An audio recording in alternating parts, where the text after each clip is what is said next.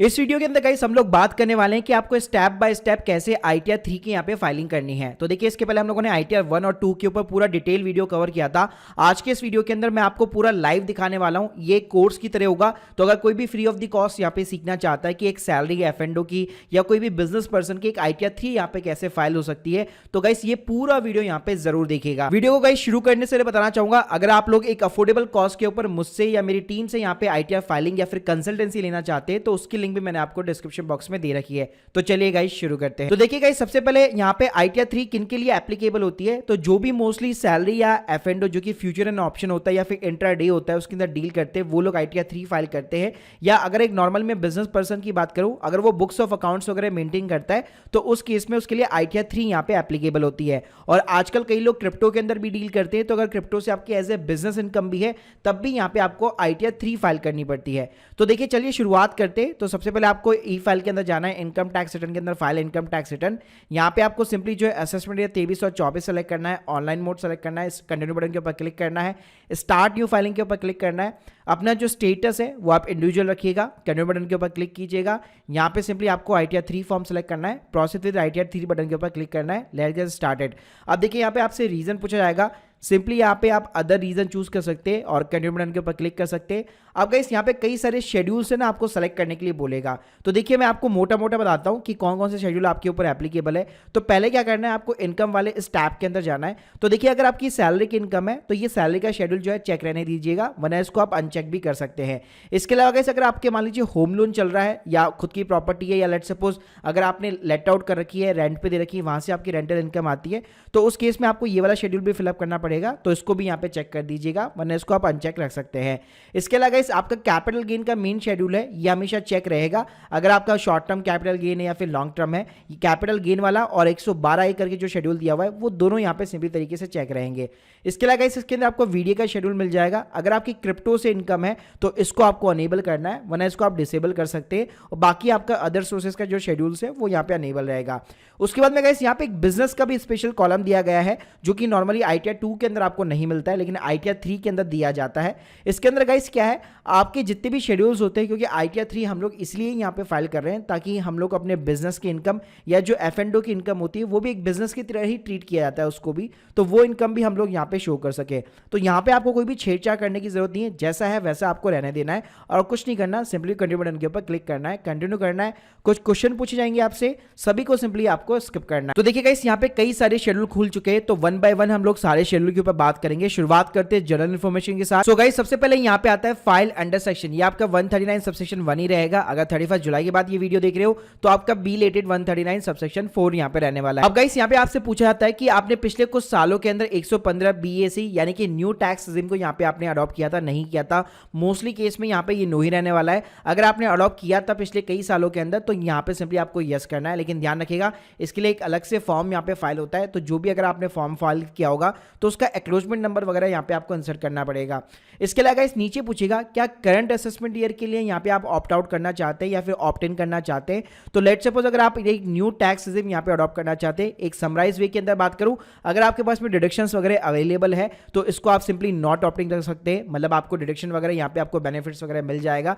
लेकिन ऐसा कुछ भी नहीं है आपके पास में तो इसको आप ऑप्ट इन कर सकते हैं, कोई दिक्कत वाली बात नहीं है। उसके बाद में गाइस नीचे आपको सिंपली अपना रेजिडेंशियल स्टेटस यहाँ पे सेलेक्ट करना है। यहाँ पे NRI का भी ऑप्शन दिया गया है और कंडीशंस में आपको 182 डेज वाला रूल जो होता है वो यहाँ पे सिंपली सेलेक्ट करना है। उसके बाद में गाइस मोस्टली बहुत सारे यहाँ पे क्वेश्चन पूछे जाएंगे आपसे, सभी का जो मैक्सिमम जो यहाँ पे आंसर होगा मोस्टली यहाँ पे सभी का जवाब जो है नो के अंदर रहने वाला है। तो आप एक एक चीज को यहाँ पे पढ़ करके सिंपली नो के अंदर जवाब दे सकते हैं। उसके बाद में गाइस मेन हमारी जो इन्फॉर्मेशन है वो यहाँ पे ऑडिट इन्फॉर्मेशन से चालू हो जाती है। तो पहले ये पूछता है कि आप बुक्स ऑफ अकाउंट्स वगैरह मेंटेन करते हैं, तो ये बिजनेस वाले पर्सन के लिए एप्लीकेबल है। तो यहाँ पे मान लीजिए अगर आप प्रॉपर P&L जो है बैलेंस शीट है आपके पास, ट्रेडिंग अकाउंट वगैरह बना हुआ है तो उसके इसमें आपको यस करना है, वरना सिंपली आप इसको नो रख सकते हैं। इसके अलावा कैसे अगर आप प्रेजेंटेटिव बेसिस पे जहाँ पे आपको 6% मिनिमम जो है प्रॉफिट दिखाना पड़ता है या फिर 8% दिखाना चाहते हैं तो उस केस में आपको यस करना है, वरना इसको भी सिंपली आपको नो रखना है। और आपसे टर्नओवर पूछा जाएगा कि कितना टर्नओवर आपका, तो उसके अकॉर्डिंग यहाँ पे आपको ऑप्शन जो है सेलेक्ट करना है। फिर नीचे गाइस यहाँ पे ऑडिट के सेक्शन एप्लीकेबल है। अगर आपके ऊपर ऑडिट एप्लीकेबल नहीं होती है, एप्लीकेबल है तो ऑब्वियसली बात है आप ये फॉर्म खुद भी फाइल नहीं कर रहे होंगे, तो उस केस में यहाँ पे आपको नो ही रखना है, क्योंकि यहाँ पे सिंपली CA की सारी इन्फॉर्मेशन आती है। तो यहाँ पे आपको सिंपली सभी को नो के अंदर जाकर सेव करना है। उसके बाद में गाइस बैंक की डिटेल्स है, तो यहाँ पे आपका बाय डिफॉल्ट ही बैंक आपको मिल जाने वाला है। ऐड नहीं है तो ऐड करवा लो और सिंपली इसको कंफर्म कर दो। अब गाइस जो नेक्स्ट कॉलम है वो हमारा नेचर ऑफ द बिजनेस का है। तो देखिए अगर आप कोई का आपका जो बिजनेस है जो भी जिस भी टाइप का नेचर है तो यहाँ पे कई सारे आपको कोड्स वगैरह मिल जाएंगे। लेट सपोज अगर आप एक सैलरी पर्सन या एफ&ओ के अंदर है तो सिंपल आपको ये वाला कोड चूज करना है, अदर फाइनेंशियल इंटरमीडिएशन करके, और यहाँ पे सिंपली अपना एफ&ओ ट्रेडिंग करके यहाँ पे आप डाल सकते हैं, उसका एक डिस्क्रिप्शन डाल सकते हैं। लेकिन अगर आप एक प्रॉपर कोई बिजनेस चला रहे हैं इसलिए आप यहाँ पे ITR 3 वगैरह फाइल कर रहे हैं तो यहाँ पे आपको कई सारे जो है कोड्स वगैरह देखने को मिल जाएंगे। तो कोई भी कोड अपना यहाँ पे सिंपली जो है जो भी आपके बिजनेस के ऊपर डिपेंड करता है या जो भी आपका नेचर ऑफ द बिजनेस है उसके अकॉर्डिंग यहाँ पे आप सेलेक्ट करके अपने बिजनेस का नाम हो गया और उसका एक डिस्क्रिप्शन यहाँ पे सिंपली एंटर कर सकते हैं। तो में गाइस आता है यहाँ पे पार्ट ए जो कि बैलेंस शीट का पार्ट होता है, लेकिन इसको फिलअप करने से पहले हमें यहाँ पे simply trading account P&L account को जो है देखना पड़ेगा। यहाँ पे आपको एक मैन्युफैक्चरिंग अकाउंट भी मिलता है लेकिन ये मोस्टली 90% केस के अंदर आपके ऊपर एप्लीकेबल नहीं होगा। हम लोग शुरुआत करते हैं सिंपली ट्रेडिंग अकाउंट के साथ। तो देखिएगा इस ट्रेडिंग अकाउंट के अंदर एक साइड के अंदर रेवेन्यू दी होती है, एक साइड के अंदर सिंपली आपके एक्सपेंसेस होते हैं और बीच में आपका ग्रॉस प्रॉफिट होता है। तो यहाँ पे देखिए यहाँ पे जो रेवेन्यू फ्रॉम द ऑपरेशन है, अगर आप एक प्रॉपर बिजनेस चला रहे हैं तो जैसे आप ऐड डिटेल्स के ऊपर क्लिक करेंगे तो गाइस जितना भी आपका सेल्स ऑफ गुड्स है या सेल्स ऑफ आपका सर्विस है वो अमाउंट यहाँ पे आप डाल सकते हैं। या लेट सपोज अगर आप एक एफ&ओ यहाँ पे बिजनेस एफ&ओ वगैरह कर रहे हैं यानी कि फ्यूचर एंड ऑप्शन के अंदर डील कर रहे हैं तो जितने भी आपकी ऑप्शन की बेसिकली जो सेलिंग प्राइस है बेसिकली वो यहाँ पे आपको डालना पड़ेगा। तो ये आपको कहाँ से मिलती है, स्टेटमेंट वगैरह से मिल जाती है। जैसे अगर जीरोधा का टैक्स P&L स्टेटमेंट डाउनलोड करेंगे गाइस, ये एक सैंपल कॉपी यहाँ पे जीरोधा की, तो इसके अंदर जैसे देख सकते हैं आप ऑप्शन के सामने यहाँ पे आपका सेल वैल्यू होता है। तो जो भी आपका बेसिकली ऑप्शन के अंदर जितना भी ग्रॉस सेल वैल्यू है वो सिंपली आप यहाँ पे इंसर्ट कर सकते हैं। ऐसे गाइस एक बार जैसे आपने रेवेन्यू ऐड करा दी, थोड़ा सा अगर आप हल्का सा नीचे जाएंगे तो यहाँ पे आपको डायरेक्ट एक्सपेंस का कॉलम मिल जाएगा। तो इसके अंदर आप सारे अपने बिजनेस के खर्चे वगैरह डाल सकते हैं, या अगर आप एक ट्रेडर है तो आपका जो भी बेसिकली एक्विजिशन कॉस्ट है वो यहाँ पे आप डाल सकते हैं। इसके अलावा भी अगर आपका कोई भी खर्चा है, कोई भी ट्रांसफर कॉस्ट है, कोई भी ब्रोकरेज के चार्जेस है, STT वगैरह है वो आप यहाँ पे इंसर्ट कर सकते हैं। इसके अलावा अगर आप एक प्रॉपर बिजनेस चला रहे हैं तो आपका जो भी अपना जो है बिजनेस का जो भी डायरेक्ट एक्सपेंसेस होता है, जो भी अपना माल से रिलेटेड हो गया या उसको बनाने के अंदर किसी प्रोडक्ट को बनाने के अंदर कोई भी डायरेक्ट एक्सपेंस होता है तो वो सारी चीजें आप यहाँ पे जो इंसर्ट कर सकते हैं। इसके बाद में गाइस नेक्स्ट सेक्शन हमारा सिंपली P&L का आता है, ये आपको ओपन करना है। तो हम लोगों ने जो भी ट्रेडिंग अकाउंट के अंदर फिगर्स डाले होंगे ऑटोमेटिकली यहाँ पे कैरी फॉरवर्ड होकर आ जाएगा। अब गाइस यहाँ पे भी आपको दो कॉलम मिलेंगे, एक क्रेडिट का मिलेगा, एक डेबिट का मिलेगा। अगर आपकी कोई इनडायरेक्ट इनकम है तो आप यहाँ पे क्रेडिट के अंदर डाल सकते हैं, एज अगर मैं बिजनेस पॉइंट व्यू से बात करूँ तो। लेकिन अगर आपके बिजनेस के बहुत सारे यहाँ पे खर्चे हैं तो यहाँ पे आपको डेबिट के अंदर जाना है। जैसे आप ऐड डिटेल्स के ऊपर क्लिक करोगे आप स्क्रीन के सामने देख सकते हो सैलरी एंड वेजेस का कॉलम आ चुका है। तो अपने एम्प्लॉयज के जितने भी खर्चे हैं वो आप यहाँ पे डाल सकते हैं, उनका बोनस वगैरह हो गया। इसके अलावा इस यहाँ पे आपको कई सारे यहाँ पे कॉलम्स मिल जाएंगे, पावर एंड फ्यूल का मिल जाएगा, रेंट का मिल जाएगा। तो जो भी आपके बिजनेस से रिलेटेड खर्चे जितने भी वो आप सारे यहाँ पे इंसर्ट कर सकते हैं। कुछ करने के बाद में गाइस सिंपली यहाँ पे आपका जो है नेट प्रॉफिट निकल के आ जाता है। यानी सिंपली आपने क्रेडिट साइड के अंदर जो वैल्यू डाली होगी उसमें से सिंपली डेबिट साइड की वैल्यू यहाँ पे माइनस हो जाएगी और जो भी आपका नेट प्रॉफिट या जो भी आपका नेट लॉस होगा वो सिंपली तरीके से आपको P&L वाले सेक्शन के अंदर यहाँ पे दिखने वाला है। अब गाइस यहाँ पे जो भी आपकी वैल्यूज आ रही है इसको सिंपली आप यहाँ पे जो है बैलेंस शीट के अंदर यहाँ पे ट्रांसफर कर सकते हैं इजीली तरीके से। और यहाँ पे आप देख सकते हैं बैलेंस आपका सिंपली तरीके से प्रोप्राइटर का जो अकाउंट होता है उसके अंदर कैरी फॉरवर्ड भी होता है। सो गाइस अब आपको यहाँ पे सिंपली जो है बैलेंस शीट वाले कॉलम के अंदर जाना है और यहाँ पे आपको दो कॉलम मिलेंगे, सोर्स ऑफ फंड्स और एप्लीकेशन ऑफ फंड्स का। तो यहाँ पे आप ऐड डिटेल्स के ऊपर क्लिक करके जो भी अपना प्रोप्राइटर अकाउंट के अंदर जो भी आपका बैलेंस था उसको सिंपली यहाँ पे आप कैरी फॉरवर्ड करा सकते हैं। और इसके अलावा यहाँ पे आपको कई सारे कॉलम मिल जाएंगे, जैसे यहाँ पे आप अपनी कैपिटल वगैरह डाल सकते हैं। अगर आपकी कोई लोन्स चल रहे हैं, कोई भी आपकी लायबिलिटीज वगैरह है बिजनेस के अंदर, या अगर आपने एफ&ओ के अंदर भी कहीं से पैसा उधार वगैरह लिया हुआ है, लोन वगैरह लिया हुआ है, तो ट्रेडिंग अकाउंट के अंदर भी बेसिकली आप उसको एज ए बिजनेस की तरह ट्रीट कर सकते हैं और यहाँ पे सारी चीजें आप मेंशन कर सकते हैं। गाइस यहाँ पे आपको एप्लीकेशन ऑफ द फंड्स मिलेगा, यानी कि जो असेट साइड से उसकी आपको कॉलम मिलने वाला है। यहाँ पे गाइस सिंपली आपकी जो भी फिक्स असेट्स वगैरह है वो सिंपली यहाँ पे आपको डालनी पड़ेगी। अगर आप डेप्रिसिएशन वगैरह क्लेम करना चाहते हैं तो यहाँ पे आप क्लेम कर सकते हैं। इसके अलावा इस नीचे जो है आपको अपने बैंक बैलेंसेस वगैरह हो गए वो कॉलम से आपको अच्छी तरीके से यहाँ पे मिल जाएंगे। तो उसके अंदर आपका 31 मार्च का जो भी यहाँ पे बैंक बैलेंस वगैरह है वो चीजें आप यहाँ पे इंसर्ट कर सकते हैं। ध्यान रखिएगा आपका लायबिलिटीज का कॉलम और असेट्स का कॉलम दोनों मैच होना चाहिए, दोनों के अंदर आपको अलग अलग फिगर्स यहाँ पे नहीं डालने हैं। तो गाइस ये तो बात हो गई उन लोगों के लिए जो बुक्स ऑफ अकाउंट्स प्रॉपर तरीके से मेंटेन रखते हैं, या फिर लेट सपोज एफ&ओ के अंदर भी अगर वो एक बुक्स ऑफ अकाउंट्स वगैरह दिखाना चाहते हैं। अब गाइस बात करते हैं उनके लिए जो बुक्स ऑफ अकाउंट मेंटेन नहीं करते, तो उस केस में वापस आपको P&L वाले सेक्शन के अंदर जाना है। यहाँ पे गाइस सिंपली आपको एक नो अकाउंट केस मिल जाता है, यहाँ पे आपको ऐड डिटेल्स के ऊपर क्लिक करना है। यहाँ पे आपको 3 जो है चीजें मिल जाने वाली है। यहाँ पे आपको बिजनेस का कॉलम मिल जाएगा, प्रोफेशन का मिल जाएगा और स्पेक्टिव एक्टिविटी, यानी अगर आप इंट्राडे के अंदर डील करते तो वो आपको कॉलम मिल जाने वाला है। तो देखिए अगर आप इंट्राडे के अंदर डील करते तो सिंपली यहाँ पे आपको अपना टर्नओवर डालना है, आपका ग्रॉस प्रॉफिट डालना है और जो भी आपका खर्चा हुआ है वो आपका डालना है। तो ये ऑटोमेटिकली आपका प्रॉफिट या जो भी लॉस वगैरह होगा वो कैलकुलेट करके आपको दे देगा। इसके अलावा गाइस 2 कॉलम आपको और दिखेंगे बिजनेस एंड प्रोफेशन का। तो यहाँ पे एक टर्म्स एंड कंडीशन ये एप्लीकेबल है गाइस, इसकी ना एक लिमिट होती है। अगर आपका टर्नओवर जो है 10 लाख के बियॉन्ड यहाँ पे जो है क्रॉस वगैरह नहीं कर रहा है या पिछले 3 साल के अंदर आपका जो प्रॉफिट है बेसिकली आपकी जो टोटल इनकम है वो 1,20,000 के यहाँ पे क्रॉस नहीं कर रही है, तो आप नो अकाउंट केस वाला ऑप्शन यहाँ पे चूज आउट कर सकते हैं और अपने बिजनेस का या जो भी आपका ग्रॉस रिसिप्ट है वो यहाँ पे आप डाल सकते हैं। इसके अलावा आपका जो भी ग्रॉस प्रॉफिट वगैरह है वो यहाँ पे आप सिंपली तरीके से इंसर्ट कर सकते हैं और अपना एक्सपेंस वगैरह भी यहाँ पे डाल करके अपना प्रॉफिट वगैरह डिक्लेयर कर सकते हैं। इसके अलावा इस यहाँ पे आपको एक और कॉलम मिल जाएगा प्रेजेंटेटिव इनकम का। तो यहाँ पे आपको एड डिटेल्स के ऊपर क्लिक करना है। तो जैसे हम लोग ITR 4 वगैरह फाइल करते हैं वैसे यहाँ पे सेम कहानी है। यहाँ पे भी देख सकते हैं, यहाँ पे आपको एड डिटेल्स के ऊपर क्लिक करना है, अपना नेम ऑफ द बिजनेस डालना है, जो भी आपके बिजनेस का कोड है वो आपको सिंपली तरीके से डालना है और जो सेकंड वाला कॉलम है वो प्रोफेशन का है। तो बिजनेस वाले के अंदर आपका जो भी टोटल यहाँ पे रेवेन्यू होगा या जो भी टोटल आपका टर्नओवर होगा जिसके अंदर आपको बुक्स ऑफ अकाउंट्स वगैरह मेंटेन करने की रिक्वायरमेंट नहीं है, तो वहां पे आप डिजिटली जो भी आपकी रिसिप्ट होती है उसके ऊपर 6% का प्रॉफिट और वैसे जो भी कैश के अंदर रिसिप्ट होती है उसके ऊपर मिनिमम 8% का प्रॉफिट आपको दिखाना पड़ता है।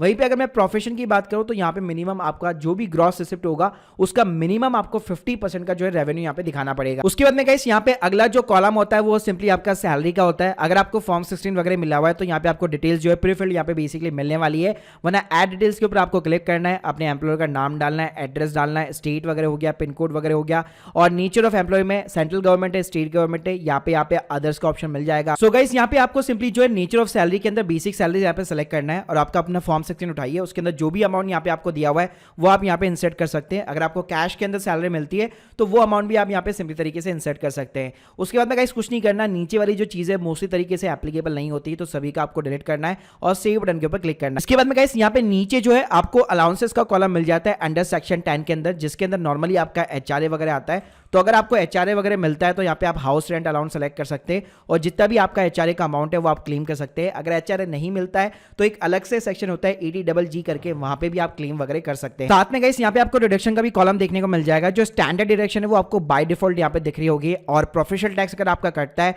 तो यहाँ पे आप कंसिडर कर सकते हैं और इसको आप सिंपली सेव करा सकते हैं। गाइस जो अगला कॉलम है वो सिंपली आपका हाउस प्रॉपर्टी का है, तो इसके ऊपर आपको सिंपली क्लिक करना है। यहाँ पे भी गाइस आपको सिंपली अगर आपका होम लोन चल रहा है, खुद की प्रॉपर्टी है, तो सबसे पहले यहाँ पे आपको अपनी प्रॉपर्टी का जो एड्रेस यहाँ पे सिंपली तरीके से मेंशन करना है। उसके बाद में गाइस यहाँ पे ऑनर ऑफ द प्रॉपर्टी में पूछेगा सेल्फ है या फिर बेसिकली अगर आप मान लीजिए 2-3 लोग हैं, आपकी स्पाउस के नाम पे प्रॉपर्टी है, वो बेसिकली ऑनर है लेकिन रेंटल इनकम आपकी आती है या आप डिडक्शन वगैरह क्लेम कर रहे हैं, तो उसके अकॉर्डिंग यहाँ पे आपको ऑप्शन वगैरह जो है सेलेक्ट करना है। और उसके बाद में गाइस यहाँ पे आपको जैसे अगर सेल्फ ऑक्यूपाइड चूज करेंगे तो यहाँ पे आपको इंटरेस्ट का कॉलम मिल जाता है। अगर आपका होम लोन चल रहा है तो 2 लाख तक का डिडक्शन इसके ऊपर अवेलेबल होता है। तो इंटरेस्ट के ऊपर जो भी आपका जो भी टोटल इंटरेस्ट है EMI के रूप में आप जो भी पूरे साल भर के अंदर पे कर रहे हैं वो सिंपली तरीके से यहाँ पे आप क्लेम वगैरह कर सकते हैं। इसके अलावा गाइस अगर लेट सपोज अगर आपकी प्रॉपर्टी लेट आउट है, यानी कि अगर आपको रेंट मिलता है तो यहाँ पे आपको टेनेंट का बेसिकली एक बार नाम वगैरह लिखना पड़ेगा, उसका पैन नंबर वगैरह देने की जरूरत नहीं है। साथ में गाइस यहाँ पे आपको ग्रॉस रेंट का जो है कॉलम मिल जाता है, तो जितना भी आपको रेंट मिलता है वो बेसिकली यहाँ पे आपको रेंट डालना है। उसके बाद में गाइस अगर आप कोई भी जो है म्युनिसिपल पार्टी को टैक्सेस वगैरह पे करते हैं तो यहाँ पे आपको उसका भी कॉलम वगैरह देखने को मिल जाता है। और नीचे अगर उसके ऊपर भी अगर लोन ले रखा है तो उसका भी इंटरेस्ट का डिडक्शन आपको देखने को मिल जाता है, जो यहाँ पे आप सिंपली तरीके से 2 लाख रुपए या उससे ज्यादा भी आप यहाँ पे क्लेम कर सकते हैं। उसके बाद में गाइस अगला जो कॉलम आता है हमारा शेड्यूल BP का आता है। तो हम लोगों ने जो बेसिकली जो है अपने बिजनेस की जो ट्रांजेक्शन डिटेल्स डाली हुई थी, जो अपना प्रॉफिट डाला होता, वही सिंपली तरीके से यहाँ पे कैरी फॉरवर्ड होकर आता है। यहाँ पे बस सिंपली आपको जो है 2 चीजों के अंदर डिफरेंशिएशन देखने को मिलेगा कि अगर आपने कुछ इंट्राडे वगैरह डाला हुआ है बिजनेस के अंदर तो यहाँ पे आपको स्पेक्टिव बिजनेस के अंदर वो चीज अलग से दिखाई देगी और नॉर्मल बिजनेस की इनकम आपको यहाँ पे अलग से दिखाई देने वाली है। फिर गाइस नेक्स्ट शेड्यूल आपका same kind of the depreciation का ही है। यहाँ पे आपका जो भी प्लांट एंड मशीनरी है या फिर जो भी आपका बिल्डिंग है तो उसके ऊपर जो भी आप चीजें डालेंगे फर्नीचर एंड फिक्सचर के ऊपर, उसकी अल्टीमेटली यहाँ पे आपको समरी दिखाई देगी। अगर बिजनेस वाले हैं तभी आपके लिए ये चीज एप्लीकेबल होगी, वरना ये चीज आपके लिए रिलेवेंट नहीं रखती है। उसके बाद में गाइस जो नेक्स्ट कॉलम होता है वो आपका कैपिटल गेन का होता है। इसके अंदर भी 2 पार्ट मेन होते हैं आपके, एक होता है आपका इक्विटी शेयर का लॉन्ग टर्म कैपिटल गेन, एक होता है आपका शॉर्ट टर्म कैपिटल गेन। तो यहाँ पे आपका 111A और 112A सिंपली तरीके से एप्लीकेबल होता है। इसके ऊपर आपको चेक करना है। अगर आपने लैंड एंड बिल्डिंग वगैरह बेची है तो उसके ऊपर आपको चेक करना है और उसके ऊपर अपना एक सेपरेट वीडियो वैसे बना हुआ है। तो गाइस यहाँ पे आपको कंटिन्यू बटन के ऊपर क्लिक करना है। तो यहाँ पे आपको क्या चाहिए होगा, आपने जो भी इक्विटी शेयर्स या जो भी म्यूचुअल फंड्स बेचे उसके सिंपली तरीके से आपको सेल वैल्यू चाहिए होगी। और ये गाइस आपका जो स्टेटमेंट होगा, जो आप ब्रोकर से स्टेटमेंट डाउनलोड करेंगे या कैंप से करेंगे या के फंटैक्स से करेंगे, वहाँ पे आपको चीज़ें जो है देखने को मिल जाती है। तो यहाँ पे आपको सिंपली इसके ऊपर क्लिक करना है, ऐड डिटेल्स के ऊपर क्लिक करना है, 111A सिंपली यहाँ पे आपको ऑप्शन चूज आउट करना पड़ेगा। यहाँ पे पूछता है सबसे पहले full value of the consideration, यानी गाइस जो भी आपकी टोटल सेल वैल्यू है वो सिंपली तरीके से यहाँ पे आपको डालनी है। आपके जो स्टेटमेंट होगा उसके अंदर आप देख सकते हैं आपके जितने भी शॉर्ट टर्म ट्रेड्स होंगे, तो जो भी शेयर्स की यहाँ पे सिंपली तरीके से सेल वैल्यू है उन सभी को ऐड करके आपको सिंपली यहाँ पे जो है एंटर करना है। अगर same kind of the mutual fund से, इक्विटी म्यूचुअल फंड से, तो उसके अंदर जो भी टोटल सेल वैल्यू है वो आपको सिंपली यहाँ पे इंसर्ट करनी है। ऐसे गाइस नीचे जो है यहाँ पे आपको कॉस्ट ऑफ द एक्विजिशन डालना पड़ेगा। तो गाइस जितना भी आपका शेयर का कॉस्ट है तो यहाँ पे आपको जो है बाय वैल्यू भी साथ में देखने को मिल जाती है। तो जितनी भी आपकी बाय वैल्यू है, जितनी भी आपकी सेलिंग वैल्यू है, दोनों सिंपली तरीके से यहाँ पे आपको जो है फिगर्स वगैरह डालने हैं। तो ऑटोमेटिकली गाइस नीचे आपका जो है प्रॉफिट या आपका जो भी लॉस वगैरह बनता होगा वो निकल के आ जाता है। ऐसे गाइस यहाँ पे नेक्स्ट कॉलम आपका जो है लॉन्ग टर्म कैपिटल गेन का है। तो जैसे हम लोगों ने बाय वैल्यू सेल वैल्यू डाली, वहां पे भी ऐसे ही सेम कहानी है।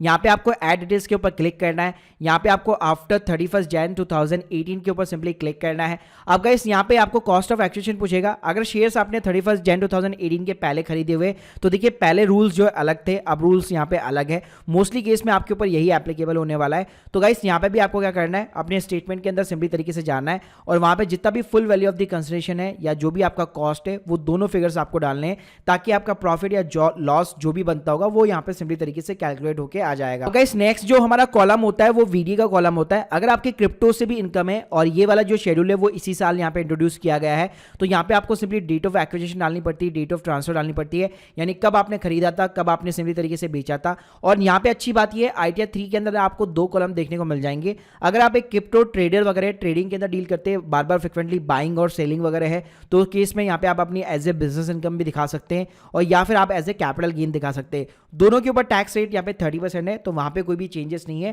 टैक्स तो आपका सेम उतना ही यहाँ पे बनने वाला है। अब गाइस जो अगला शेड्यूल है वो हमारा सिंपली अदर सोर्सेज का है, जहां पे जितनी भी आपकी अदर सोर्सेज की इनकम होती है, जैसे डिविडेंड होता है, इंटरेस्ट होता है, वो आपको यहाँ पे देखने को मिल जाता है। बाय डिफॉल्ट यहाँ पे आपको कुछ चीजें जो है प्रीफिल्ड वगैरह मिलने वाली है। बाकी अगर आप कोई भी डिटेल्स यहाँ पे एडिट करना चाहते हैं तो आप यहाँ पे एडिट वगैरह भी कर सकते हैं। तो जितना भी आपका डिविडेंड से इनकम है, जितना भी आपका सेविंग अकाउंट से इंटरेस्ट है, जितना भी आपका FD से इंटरेस्ट है, वो चीजें आप यहाँ पे दिखा सकते हैं। अगर कोई ऐसी इनकम है जिसको आप यहाँ पे कोई नाम वगैरह देना नहीं चाहते या एज ए अदर कॉलम दिखाना चाहते हैं, तो यहाँ पे आपको एनी अदर का भी कॉलम देखने को मिल जाने वाला है, जहां पे आप एक अपना डिस्क्रिप्शन डाल के अपनी अदर इनकम जो है बेसिकली यहाँ पे आप डिक्लेयर कर सकते हैं। बाद में गाइस यहाँ पे आपको डिविडेंड के अंदर जितना भी कॉलम दिख रहा है उसमें गाइस आपको क्वार्टरली वाइज भी यहाँ पे डालना पड़ता है। तो ये जो 10th वाला कॉलम है, तो आपका जितना भी डिविडेंड का बेसिकली अमाउंट था वही डिट्टो आपका इस कॉलम के साथ में यहाँ पे मैच होना चाहिए। बाद में गाइस अगले यहाँ पे जो शेड्यूल है वो CYLA करके है। तो इस शेड्यूल के अंदर आपको कुछ नहीं करना, यहाँ पे कोई भी आपको वैल्यू वगैरह डालने की जरूरत नहीं है। जो भी आपने फिगर्स डाले होंगे उसकी अल्टीमेटली आपको समरी यहाँ पे दिखाई देगी। अगर कोई भी आपके लॉसेस वगैरह होंगे, जैसे F&O के लॉसेस वगैरह होंगे, तो ऑटोमेटिकली जिसके साथ में भी सेट ऑफ हो सकता है वो अपने आप ही यहाँ पे सेट ऑफ हो जाएगा। आपको यहाँ पे कुछ भी करने की जरूरत नहीं है, सिंपली सभी को आपको कंफर्म करना है। सेम गाइस जो अगला शेड्यूल है BFLA करके, वो भी ऐसा ही है। यहाँ पे सिंपली आपको जो है फिगर्स देखने को मिल जाएंगे और जो भी यहाँ पे ब्रॉड फॉरवर्ड लॉसेस अपने आप ही यहाँ पे जो सेट ऑफ हो सकते हैं वो अपने आप यहाँ पे हो जाएंगे।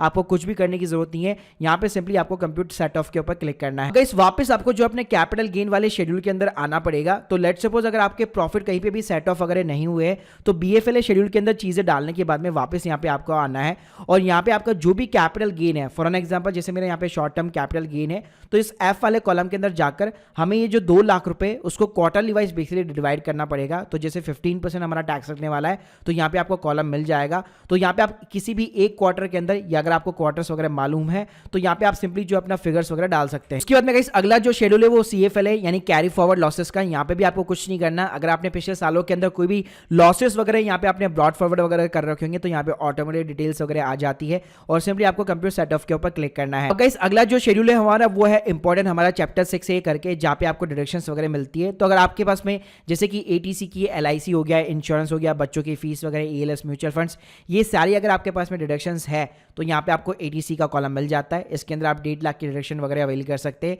इसके अलावा यहाँ पे आपको और सारी डिडक्शन भी देखने को मिल जाती है, जैसे EDGG हो गया, जहाँ पे अगर आपने कोई रेंट वगैरह पे किया है वो आपको देखने को मिल जाता है। अगर आपका NPS का भी डिडक्शन है, तो यहाँ पे आप देख सकते हैं 1B भी आपको देखने को यहाँ पे सिंपली तरीके से मिल जाता है। इसके अलावा यहाँ पे पार्ट C और D के अंदर सिंपली आपका जो सेविंग अकाउंट के ऊपर जो भी आपको इंटरेस्ट होता है उसका आपको डिडक्शन देखने को मिल जाता है, जहाँ पे आप 10,000 रुपीज तक अपना डिडक्शन वगैरह अवेल कर सकते हैं।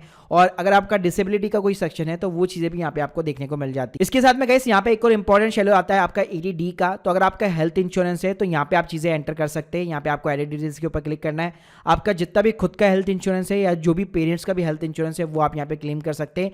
साथ में अगर आपके पेरेंट्स यहाँ पे सीनियर सिटीजन है तो उनका जो भी मेडिकल का भी जो खर्चा है जहाँ पे आपने क्लेम नहीं किया हुआ इंश्योरेंस को, वो मेडिकल एक्सपेंडिचर भी यहाँ पे आप पूरी तरीके से क्लेम कर सकते हैं। उसके बाद में गाइस कुछ नहीं करना, लास्ट में आपको आना यहाँ पे पार्ट बी TDI करके आपको मिल जाएगा। तो जो भी हम लोगों ने इनकम सिंपली तरीके से डाल दी है, चाहे वो सैलरी के कॉलम में हो, हाउस प्रॉपर्टी के अंदर हो या बिजनेस वाले कॉलम के अंदर हो, वो सारी इनकम यहाँ पे आपको एज ए समरी तरीके से दिखाई देगी। उसके बाद में गाइस यहाँ पे एक और कॉलम मिलेगा आपको टैक्स पेड का। अगर आपको कोई भी TDS वगैरह कटा हुआ है वो चीजें यहाँ पे आपको दिखाई देगी।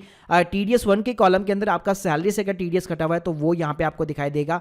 TDS 2 कॉलम के अंदर अगर आपका बैंक के इंटरेस्ट से, डिविडेंड से या कहीं से भी अगर आपका TDS कटा हुआ है तो वो चीजें यहाँ पे आपको दिखाई देगी। लेकिन ध्यान रखिएगा यहाँ पे आपको शेड्यूल सेलेक्ट करने पड़ेंगे। यहाँ पे जैसे एडिट बटन के ऊपर आपको क्लिक करना है और आपको ये दिखाना पड़ेगा कि ये आपका जो ग्रॉस अमाउंट है जिसके अगेंस्ट में TDS कटा है, इस इनकम को आपने किस हेड ऑफ द इनकम के अंदर यहाँ पे डिक्लेयर किया है। अब गाइस कुछ नहीं करना, लास्ट का कॉलम हमारा TTI करके आता है जहां पे आपका सिंपली तरीके से टैक्स वगैरह कैलकुलेशंस वगैरह होगी। तो जो भी यार आपकी इनकम होगी तो यहाँ पे आप देख सकते हैं ऑटोमेटिकली ये आपका पूरा टैक्स बना के दे देगा कि नॉर्मल रेट से आपका कितना टैक्स लग रहा है। अगर आपका कैपिटल गेन वगैरह है तो स्पेशल रेट से आपका कितना टैक्स वगैरह बनता है। और नीचे अगर आपके जो भी TDS वगैरह होगा वो यहाँ पे सिंपली तरीके से सेट ऑफ वगैरह आ जाएगा।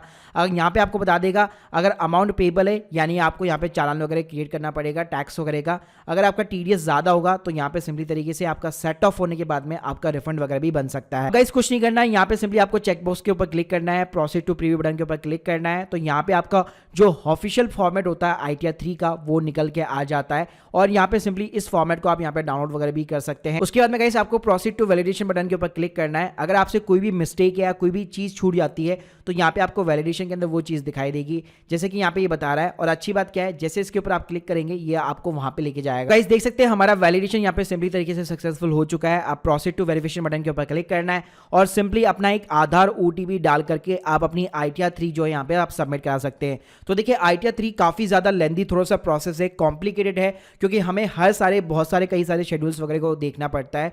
तो अगर आपको बिल्कुल भी बेसिक नॉलेज नहीं है इनकम टैक्स की तो मैं हाईली रिकमेंड करूंगा आपको एक टैक्स एक्सपर्ट के माध्यम से अपनी ITR फाइलिंग यहाँ पे करानी चाहिए। और इसकी लिंक मैंने आप लोगों को ऑलरेडी डिस्क्रिप्शन बॉक्स में दे रखी है जहां पे आप अफोर्डेबल कॉस्ट के ऊपर अपनी ITR 3 की फाइलिंग करा सकते हैं। बाकी गाइस अगर आप लोगों के कोई भी डाउट है कमेंट बॉक्स के अंदर जरूर बताइएगा, मैं कोशिश करूंगा सभी के यहाँ पे कमेंट्स वगैरह के रिप्लाई करने की। Thank you guys, thank you very much.